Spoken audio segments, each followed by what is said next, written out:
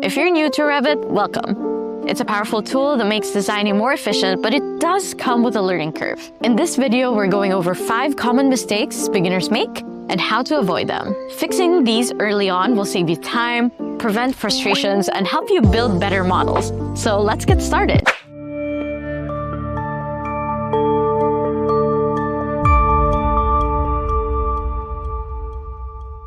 Mistake number 1, not using templates effectively. When you start a new project, don't open a blank file. That's making your life harder. Revit templates come with pre-configured settings, families, and views, so you don't have to set everything up from scratch. They also keep projects consistent, which is critical when working with a team. To fix this, always choose a template that fits your needs, so either architectural, structural, or MEP. If you work on similar projects often, create a custom template with your preferred settings. If you've already started a project without a template, you can still import settings by going to Manage, then Transfer Project Standards.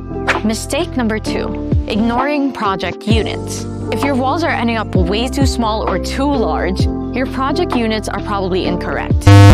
Mixing feet, inches, meters, or millimeters can lead to serious scaling issues and errors when collaborating. Before modeling anything, go to Manage, then Project Units, and set the correct units for your project. Stick to one unit system throughout the entire workflow. If you need to double-check measurements as you work, use temporary dimensions to avoid costly mistakes. Mistake number 3, forgetting to use reference planes. So when you place elements without reference planes, it's like building a house without a blueprint. Reference planes can give you precise alignment and control when placing walls, doors, and furniture. Without them, you're just guessing, and that leads to messy models. Before placing key elements, create reference planes by going to Architecture, then Reference Plane. Use them to align walls, center furniture, or define major design elements. Naming your reference planes will keep things very organized, and you can also use work planes to lock elements onto them for better precision. Mistake number 4, not organizing your model with categories and visibility settings. If your model feels cluttered and hard to navigate, it's probably because you're not organizing it properly. Revit sorts everything into categories like walls, floors, and doors, and if you don't manage visibility settings, you'll end up with an overwhelming and inefficient workspace. Use visibility graphics to control what you see and hide unnecessary elements.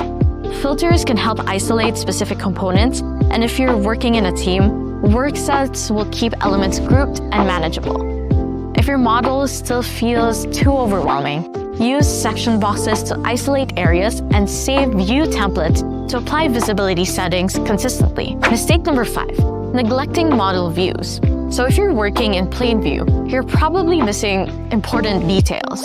Revit models exist in 3D space, and errors that aren't obvious in plain view might stand out in section or 3D views. So set up multiple views to catch mistakes before they become bigger issues. Plan views handle layouts, elevation views check heights, section views ensure vertical alignments, and 3D views give you a more full perspective of the model. Use view templates to keep everything consistent, and if you work with multiple screens, open different views side by side for more efficient workflow. So we're done with the 5 most common mistakes beginners make in Revit, and now you know how to avoid them. Learning Revit takes time, and mistakes are part of the process, but by using templates, setting project units, organizing your model, and working with multiple views, you'll build better faster. And if you found this video helpful, hit that like button and subscribe for more Revit tips. And if you have any beginner mistakes, drop them in the comments, and I'd love to help. Happy modeling, everyone, and I'll see you in the next video.